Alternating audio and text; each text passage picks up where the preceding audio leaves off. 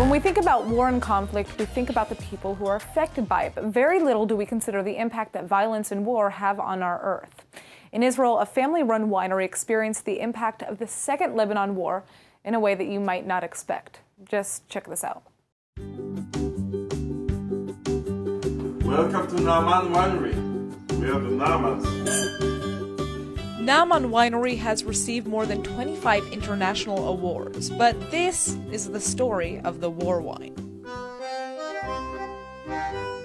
15 years ago, Bettina and Rami Naaman decided to move all the way up north to the Upper Galilee, where they opened their very own vineyard.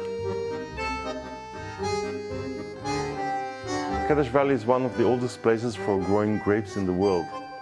We have places for stepping over grapes carved in stone. Some of them are more than 6,000 years old. But this region of Israel has a troubled history. Not all the stories are beautiful stories. No, Some of them are war stories. We are 4.5 kilometers from the border. We are very near Lebanon. On a hot July day in 2006, 2 Israeli soldiers were abducted and taken to Lebanon by the terror group Hezbollah. It was this ambush that launched the Second Lebanon War. During the wartime, there were fires all around because the Lebanese were firing rockets on our area. Many cannons of the Israeli army are shooting at them.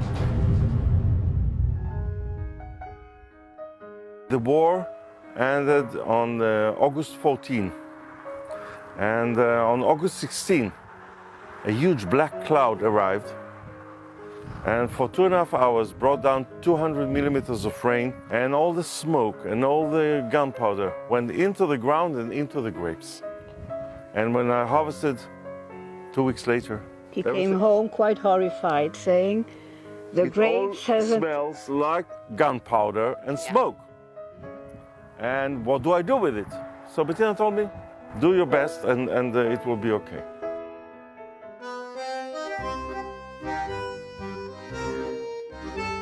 I didn't want to make a smoked wine, but the smoked wine was there.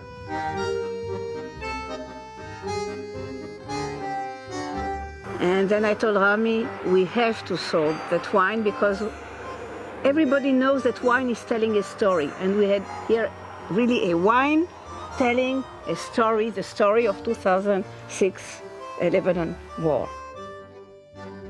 Today, there are only a couple of bottles of the wine left. Most of it has been sold across the world. War is not affecting only people and soldiers. It's affecting plants and nature. But no war will stop the Naamans, or let alone the Israelis, from continuing to make some of the finest wine on the planet. Wine is, after all, a reflection of our history. So what do you say to the people who say that wine is not really a product that should be coming from Israel? You know, it's a French product, it's an Italian product. Yeah, they only learned from us, and it was only 3,000 years after we started making wine here. Who learned from who? Who started it all? We hope that this is the last time I'm making a wartime wine, and this is one of the last bottles, so we are very glad with that, and that's it.